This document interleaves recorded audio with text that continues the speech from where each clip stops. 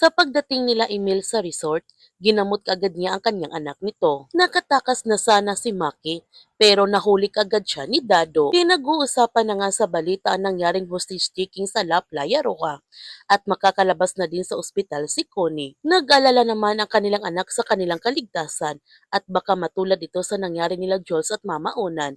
Dadalhin naman sila ng mga pulis sa safe house at magdagdag ito ng maraming kapulisan para sa kanilang kaligtasan. Ngunit napagdesisyonan ng anak nila Connie at JC na aalis sila ngayon ng bansa papunta ng US dahil ligtas na doon sa ibang bansa. Sinabihan ni Mang Ben si Wendy na tatagan niya ang kanyang loob kasama ni Olsen ang mga pulis at si Magnus.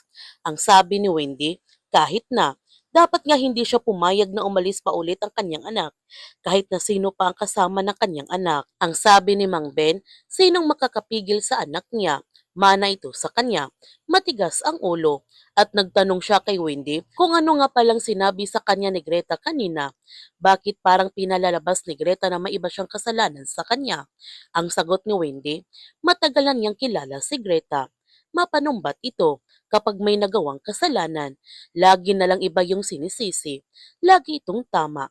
Lagi itong magaling. Ang sabi ni Mang Ben, pareho pala sila ng kanilang mga anak. Magkagalit na rin sila.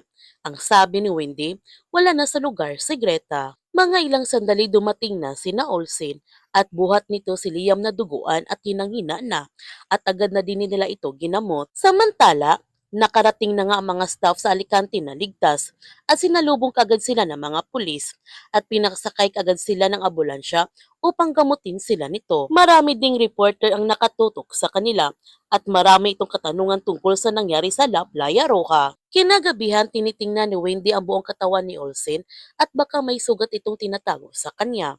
Sinabi naman ni Olsen na muntik na siyang mabaril kanina, buti na lamang nailigtas siya ni Magnus. Biglang sumulpot sa kanilang kinaroonan si Magnus at sinabihan niya si Olsen na ganon din naman ang gagawin niya sa kanya. Nagpapasalamat naman si Wendy kay Magnus sa pagligtas nito sa kanyang anak. Sinabihan ni Magnus si Wendy na naalala niya sa kanya si Olsen.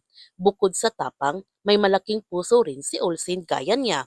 At nagpapasalamat din si Magnus kay Olsen nung niligtas niya si Liam. Nag-alala naman ng gusto si Greta nung hindi pa nagigising si Liam at ang sabi ni Ice na ubusan ng dugo si Liam o kaya in shock at humingi siya ng pasensya kay Greta dahil hindi pa niya alam kung ano talagang kondisyon ni Liam dahil nursing student pa lang siya. Sinabihan naman ni Luna si Greta na huwag itong mag-alala kay Liam. Kilala naman nila si Liam.